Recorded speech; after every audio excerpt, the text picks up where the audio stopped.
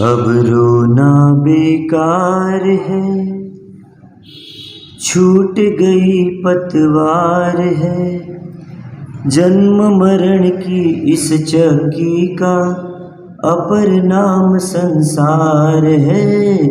अब रोना बेकार है, छूट गई पतवार है, जन्म मरण की इस चक्की का अपर नाम संसार है।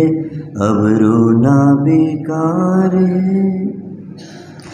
कौन किसी की बहन जगत में, कौन किसी का भाई है, कौन किसी का भाई है, कौन किसी के मात पिता और कौन किसी का त्राई है, कौन किसी का त्राई है। सब मतलब के यार है, झूठा जग का प्यार है, जन्म मरण की इस चक्की का अपर नाम संसार है। अब रोना बेकार है। मरते सदा अनेकों प्राणी, कौन किसी को रोता है, कौन किसी को रोता है। जन्मे सदा अनेकों प्राणी, कौन कौन खुश होता है, कौन कौन खुश होता है। सब ममता की मार है, समता की दरकार है, जन्म मरण की इस चक्की का अपर नाम संसार है। अब रोना बेकार है। सबके साथ अनेकों नाते कर कर के तू आया है, कर कर के तू आया है। सबको मात पिता पति पत्नी भाई बहन बनाया है, भाई बहन बनाया है। फिर तो सब परिवार है, जैनागम आधार है, जन्म मरण की इस चक्की का अपर नाम संसार है। अब रोना बेकार है। कहीं कहीं से उड़कर पंछी जग उपवन में आए हैं, जग उपवन में आए हैं। बैठे हैं सब काल गोद में, फिर भी समझन पाए हैं, फिर भी समझन पाए हैं। यम के सभी शिकार है, जाना हाथ पसार है, जन्म मरण की इस चक्की का अपर नाम संसार है।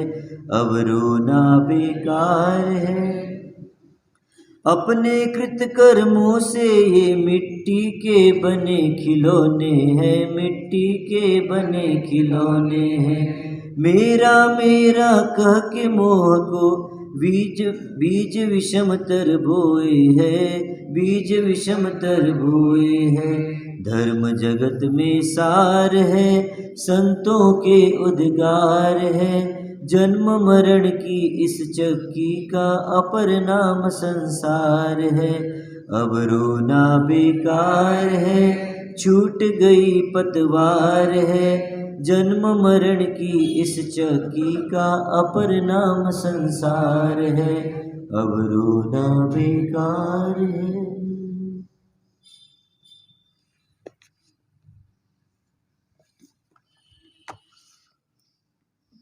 चरम तीर्थपति श्री वीर प्रभु के चरणों में कोटिशा वंदन। जन से जन बनाने वाले प्रत्यक्ष प्रकट प्रभावी चारों ही दादा गुरुदेव के चरणों में कोटिशा वंदन। मम जीवन सर्वस्व परम पूज्य परोपकारी गुरु भगवत द्वय के ऊर्जापुर से चरणों में आत्मभावीन वंदना। समुपस्थित समाजनी मुनि भगवान, उपस्थित भव्यात्माओं, चातुर्मास काल का एक महीना बीतने की ओर है। समय बहते जा रहा है। उस बहते समय में जो उस समय को थाम ले वह वास्तव में समय को पहचान जाता है। समय यानी एक काल भी होता है और समय यानी आत्मा भी होता है। समय के साथ में अपनी समय को पहचान ले, यानी इस बहते हुए समय में अपनी स्थिर आत्मा को पहचान ले, वो वास्तव में ज्ञाता होता है वो वास्तव में ज्ञानी है, और जो क्षण के मूल्य को नहीं पहचानता वह अज्ञानी है। आगम की सुक्ति है, क्षणम जान ही पंडित। जो क्षण को जानता है वो पंडित होता है, और जो क्षण के महत्व को नहीं जानता वो क्षण को यूं ही गवा देता है। लगभग आज से चातुर्मास मास तक 100 डेज का अब सफ़र बचा है। 20 दिन का सफ़र हमारा पूरा हो गया, यानी पौन महीना पूरा हो गया। लेकिन अब भी हम नहीं जागेंगे। हम कब जागेंगे? समरादित्य कथा के भीतर हम देखते हैं हमारी कथा रफ्ता रफ्ता आगे बढ़ रही है। उसके जीवन में भी ऐसी हो रहा है। समय बीतता गया, वह चलता रहा। चलते चलते सुपरितोष तपोवन में वो पहुंच जाता है। वहाँ पर अपने आप को देख रहा है कि मैं यहाँ पर स्वस्थ महसूस कर रहा हूँ अपने आप को, मैं प्रफुल्लित महसूस कर रहा हूँ अपने आप को। और घूमता घूमता एक पर्ण कुटीर के सामने वो खड़ा है और भीतर का दृश्य देख रहा है। भीतर में एक सौम्य और भव्य आकृति इसके सामने आती है। वह देखता है और देखकर देखते ही रह जाता है, देखकर दंग हो जाता है। वहाँ पर एक तापस अपनी साधना में लीन थे। वस्त्र के नाम पर भव्य वस्त्र उनके पास थे और रुद्राक्ष की माला, जटाएं बड़ी हुई, मंद मंद मंत्र ध्वनि चल रही है और शांत स्थिर उनका आभा मंडल है। उसे देखकर वह अचंभित हो गया। क्या इतना शांत भी कोई रह सकता है? कितनी शांति है, सारा वातावरण भी शांत है और ये तापस भी कितने शांत है, ये महामनस्वी, ये तपस्वी भी कितने शांत लग रहे हैं। कितना भव्य इनका स्वरूप है। और वो उनके सामने नतमस्तक हो जाता है, उनके चरणों में वंदन करता है। वे उसे देखकर, अतिथि जानकर उसे प्रेम से अपने पास एक आसन देते उस पर बैठता है और बैठकर वो कुछ बोले उससे पहले वे तापस उससे कहते हैं, हे भाई तुम कहाँ से आए हो? जैसे ही वो सुनता है उसे लगता है कि आज तक सबने मेरी मजाक उड़ाई है, सबने मुझे परेशान किया है।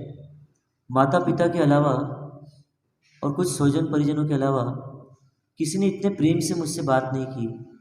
और आज ये एक अनजान अनभिज्ञ तापस मुझसे कितनी प्रेम से बात कर रहे हैं। उस समय मानो उसे ऐसे लगा भीषण गर्मी हो और भीषण गर्मी में तपते रेगिस्तान में नंगे पैर चल रहे हो और नंगे पैर चलते हुए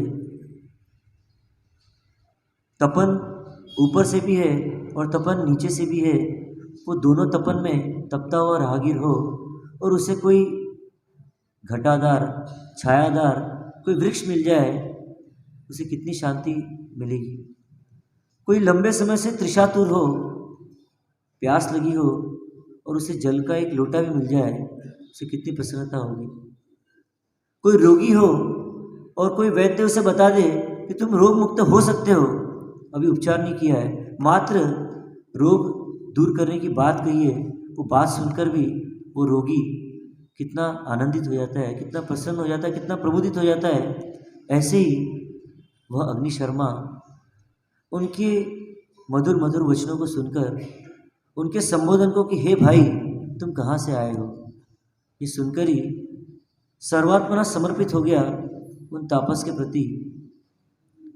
और उनसे जहाँ पर प्रेम होता है, जहाँ पर आदर होता है, जहाँ पर विश्वास होता है, वहाँ पर व्यक्ति अपनी व्यथा कथा कहने में देर नहीं करता। और वह अग्निशर्मा अपनी आप बीती, अपनी व्यथा कथा उनके सामने रखते हैं। हे महात्मन, मैं क्षिति प्रतिष्ठित नगर का वासी हूँ। पूर्णचंद्र राजा और कुमुदिनी रानी हमारे यहाँ पर राजा और रानी हैं और उनका इकलौता पुत्र गुणसेन। और उसके साथ ही वो मुझे प्रतिदिन खिलौना बनाकर मेरे साथ खिलवाड़ करते। अनेकों यातनाएं उन्होंने मुझे दी। वो सारी यातनाएं, वो सारी बातें वह अग्नि शर्मा उन तापस के सामने रखते हैं। तापस एक एक बात को ध्यान से सुन रहे हैं और देख रहे हैं कि कितनी पीड़ा इस जीव ने भुगती है, क्या कारण रहा होगा। अभी हमको लग रहा है कि उसने इतनी पीड़ा भोगी, लेकिन कुछ कर्म उसके ऐसे अशुभ होंगे जिस कारण से ये पीड़ा भोगनी पड़ी। शेर होता है और कुत्ता होता है। कुत्ता लाठी मारने वाले पर नहीं, लाठी पर झपटता है, और शेर किस पर झपटता है? बंदूकधारी पर झपटता है, बंदूक पर नहीं झपटता। तो ऐसे ही ज्ञानी होते हैं, रूट कॉज पर जाते हैं। मूल कारण क्या है, वर्तमान में क्या है, इससे निर्णय नहीं करते। रूट कॉज क्या है, उसका मूल क्या है, उस दुख का मूल क्या है, उस दुख के मूल तक पहुंचते हैं, वो ज्ञानी होते हैं। ऐसी तापस उसकी सारी बात सुनकर सांत्वना देते हैं कि हे वत्स, पूर्व जन्म में तुमने कुछ ऐसे कठिन कार्य किए होंगे, कुछ मलिन कार्य किए होंगे, जिसके फलस्वरूप इस जीवन में इतने सारे दुखों को तुम्हें सहन करना पड़ा। और कुछ पुण्य भी किया होगा, उस पुण्य की वजह से तुम्हें यहाँ तक आने का मौका मिला। अब यहाँ पर तुम्हें किसी बात का भय नहीं रखना चाहिए, यहाँ पर कोई तुम्हें परेशान नहीं करेगा। वो कहता है कि मुझे यहाँ पर शांति मिल रही है, क्या मैं आपके जैसा बन सकता हूँ? तो तापस कहते कोई बात नहीं, बन सकते हो, कोई दिक्कत नहीं है। तुम्हें संसार से वैराग्य हुआ है, संसार से विरक्ति हुई है, और तुमने गृह त्याग कर दिया है, और यहाँ पर तुम्हें कोई पीड़ा नहीं देगा। उसे एक मन में प्रश्न उठता है कि आप तो बहुत अच्छे हो, पर आपके साथ रहने वाले तो मुझे पीड़ा नहीं देंगे। इसलिए कई बार कहने में आता है, आप लोग बोलते हो कि महाराज साहब हमको क्या करना है, सिमंदर स्वामी के पास जाके दीक्षा लेना है। तुम्हारे गुरु भगवान कई बार बोलते हैं हमको मजाक में कि अरे बोलते हैं लोग कि सिमंदर स्वामी के पास जाना है, वहाँ पर तो कितने मुनिराज हैं, कितने थ्री में बोलते हैं ना, 100 करोड़ साधु, 100 करोड़ साध्वी। ऐसा सिमंदर स्वामी का परिवार है। तो जो व्यक्ति अपने परिवार में 4-5 लोग साथ में अच्छे से रह नहीं सकता, वो सिमंदर स्वामी के पास में करोड़ों मुनियों के साथ कैसे रह सकता है? तो पहले क्या करो, पहले अपने घर वालों के साथ अच्छा रहना सीख जाओ। उनके साथ अच्छा जीना सीख जाओगे ना, तो फिर आप सिमंदर स्वामी के 100 करोड़ साधु के साथ जी सकते हो। फिर आप क्या कहोगे, अरे वहाँ पर तो केवल ज्ञानी है, वहाँ तो ज्ञानी है, उनके साथ जीना आसान है, और यहाँ पर तो कैसे है, दृढ़ ज्ञानी है, उनके साथ में जीना कठिन है, उनके साथ जीना आसान है। लेकिन ऐसा नहीं। यहाँ से हम उस रूट कॉज को पहचान के जाएंगे तो वहाँ साधना कर पाएंगे। नहीं तो वहाँ पर जाकर भी ऐसा नहीं कि वहाँ पर चले गए तो मोक्ष हो ही जाता है। जैसे कोई कॉलेज वाले या स्कूल वाले बोलते हैं ना, हमारे स्कूल में एडमिशन लोगे तो आप पास होगे, आप मेरिट में आओगे। ऐसी वहाँ पर गारंटी नहीं है कुछ।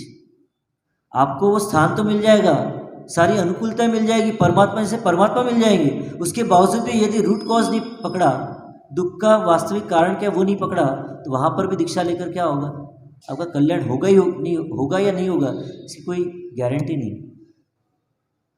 तो इसलिए रूट कॉज को पहचानना यहीं पर होगा कि दुख का कारण क्या है। दुख का कारण मेरा अज्ञान है, मेरा मोह है, मेरा मिथ्यात्व है, ये मेरे दुख का कारण है। ये दुख का कारण यदि दूर हो जाएगा तो वहाँ पर जाकर भी काम हो सकता है और यहाँ पर रहकर भी काम हो सकता है।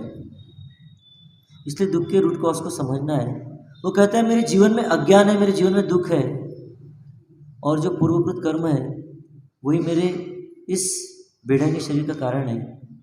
तो उसके मन में एक और प्रश्न उठता है कि ये महात्मन, ये मेरा कुरूपना, ये मेरा बेढंगा शरीर क्या साधना में बाधक तो नहीं बनेगा? क्या वो हास्य कारण तो नहीं बनेगा? तो महात्मा कहते हैं शरीर तो बाहर की व्यवस्था है, मैं तो तुम्हारे भीतर रही हुई उज्ज्वल आत्मा को देख रहा हूँ। वो उज्ज्वल आत्मा जो तुम्हारे भीतर है वह प्रकाश पुंज है, वह निर्विकारी है, वह सत्य रूप है। उस आत्मा को मैं देख रहा हूँ और ऐसी निखालिस आत्मा साधना यहाँ पर अच्छे से कर सकती है, इसलिए तुम घबराओ मत। कुछ समय रहकर यहाँ की रीति रिवाज को समझ लो, यहाँ के तौर तरीकों को समझ लो, यहाँ की साधना की पद्धति को समझ लो, उसके बाद तुम निर्णय लेना। जल्दबाजी में निर्णय मत लो। वो भी समझ जाता है और सोचता है कि इतना शांत माहौल, इतने शांत व्यक्तित्व के धनी ऐसे ही कुलपति जिनका नाम आर्य कौंडिन्य था, तो एक नए किरदार हमारे इस कथानक में आ गए, आर्य कौंडिन्य, जो कि उस सुपरितोष वन के कुलपति थे। उन आर्य कौंडिन्य के सानिध्य में रहकर कई साधक अपनी अपनी साधना कर रहे थे और ऐसे साधकों के बीच अग्निशर्मा को रहने का मौका मिल रहा था। वो प्रफुल्लित था, पूरे तपोवन में घूम घूम कर सब जगह देखता है कहाँ पर क्या हो रहा है। सभी अपनी अपनी साधना में लीन है। कोई खड्गासन में ध्यान कर रहा है, कोई पद्मासन में ध्यान कर रहा है, कोई यज्ञ आदि कर्म कर रहे हैं। ऐसे अलग अलग वो तापसों के जो भी क्रियाकलाप होते थे उन सारे क्रियाकलापों में वो मशगूल है और इसे वहाँ पर आनंद की अनुभूति हो रही है। अब वह वहाँ पर तालीम ले रहा है, वहाँ पर प्रैक्टिस कर रहा है, किस प्रकार मैं इस जीवन को पाल पाऊँगा, वो समझने की कोशिश कर रहा है, जानने की कोशिश कर रहा है। और अब कुलपति क्या उसके क्रियाकलापों से, उसके तौर तरीकों से उसे दीक्षा दे देंगे या वो उनके तौर तरीकों को देखकर दीक्षा ले पाएगा या नहीं ले पाएगा? क्या वो तापस दीक्षा ग्रहण करेगा या नहीं करेगा? और किस प्रकार गुणसेन अपना जीवन वहाँ पर जी रहा है, क्या उसके जीवन में कोई परिवर्तन आया या नहीं आया? आया तो कितना आया, बदला तो कितना बदला? और अग्निशर्मा क्या वास्तव में तापस बन पाएगा? इन सब के लिए हमें क्या करना होगा? वेट एंड वॉच करना होगा। हम इंतजार करें आगे क्या होता है। सहजानंदे शुद्ध स्वरूपी हूँ अविनाशी आत्मस्वरूपी, देह मरे छे हूँ नथी मरतो, हूँ अविनाशी आत्मस्वरूपी। सहजानंदे शुद्ध स्वरूपी हूँ अविनाशी आत्मस्वरूपी, देह मरे छे हूँ नथी मरतो, हूँ अविनाशी आत्मस्वरूपी।